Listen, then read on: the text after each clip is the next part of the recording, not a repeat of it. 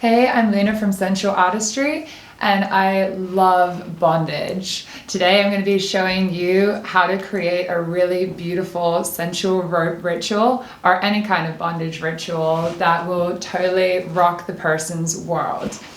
So I've been teaching tons of workshops and really seeing how powerful setting a beautiful container can be.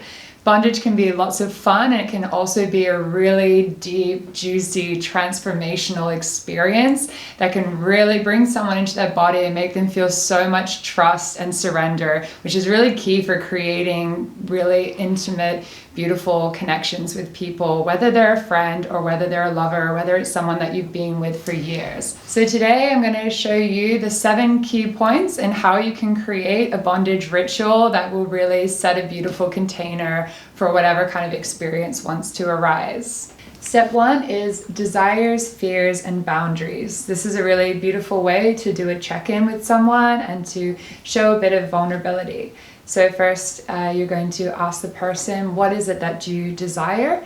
So you mainly want to be focusing on the person being tied, that's going to be receiving the experience. So first they'll have a chance to share what are their desires, what do they want from this experience, how do they want this play to go? And then we're going to go into fears. So what are you scared about? Is there anything about this scene, about being tied, about the intimacy? Is there anything about this that scares you? And this really can help to let go of any anxiety and vulnerability that you're feeling about what's about to happen and to open up a little bit more.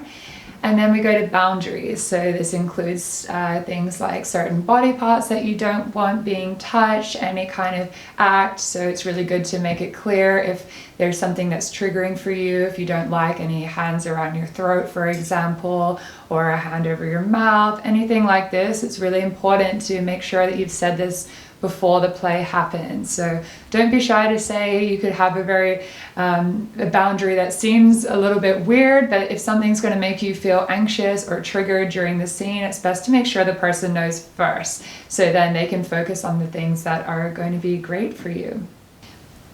So the second aspect of creating a beautiful ritual is to do something to really connect with the person. So I really recommend eye gazing for at least 5 minutes. Eye gazing is a super powerful way to really drop deep with someone and really connect. Or you can do something like breathing together, dancing together, moving, hugging, kissing, anything that really just drops you both into your bodies and into presence with each other. So step 3 is to bind the person. So you want to use either rope or whatever else that you're deciding to use, and really take your time and make this a beautiful, sensual experience for the person. Really help them drop into their body and into the present moment. Step 4 is to do some sensory play. So I really love trying to activate all 5 senses with the person who's tied. So maybe feeding them some food, having different scents, essential oils, playing some music or whispering things in their ears, and of course doing lots of beautiful touch and sensations on the skin. This is a really beautiful way to fully activate the person's body, and you can put a blindfold on them to really make their senses even more active. Step 5 is when you're untying. So you really don't want to rush the untying. This can be one of the best parts of the ritual, is to really take the time to let them go from feeling really constricted and held to feeling free and open. So really play with the sensations as you untie them, and make sure you keep them feeling held with your body once you've taken off the bondage. Step 6 is aftercare. Aftercare is one of the most important parts of any kind of kink play, to make sure that the person doesn't feel suddenly abandoned or left alone. So you want to hug them or hold them, or even leave them on their own but with a blanket, and stay present with them.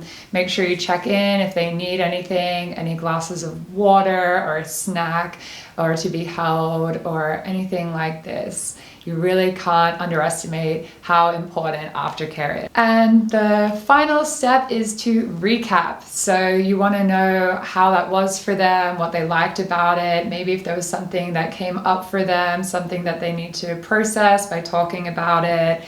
It can be a really emotional and powerful experience to be tied by someone, especially if it's a new experience for someone.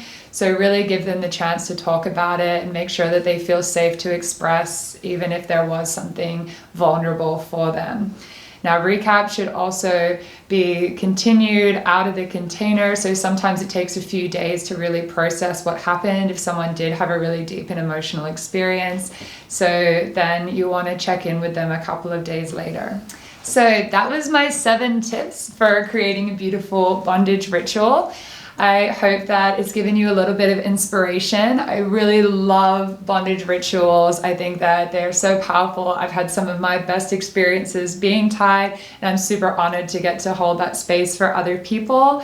If you found this really interesting and you want to dive even deeper, I have a whole online course where we go super in depth into how to create a really conscious container for bondage, how to do a lot of different ties, and also going really into all the things like subspace, aftercare, safety, and everything you need to be able to really master the art of sensual bondage. So check it out. I'll leave it in the links. And I also have a free ebook, Integrated Kink, that the link is also below, which has heaps more tips for things like this. So check it out, and don't forget to subscribe if you'd like to see more videos like this.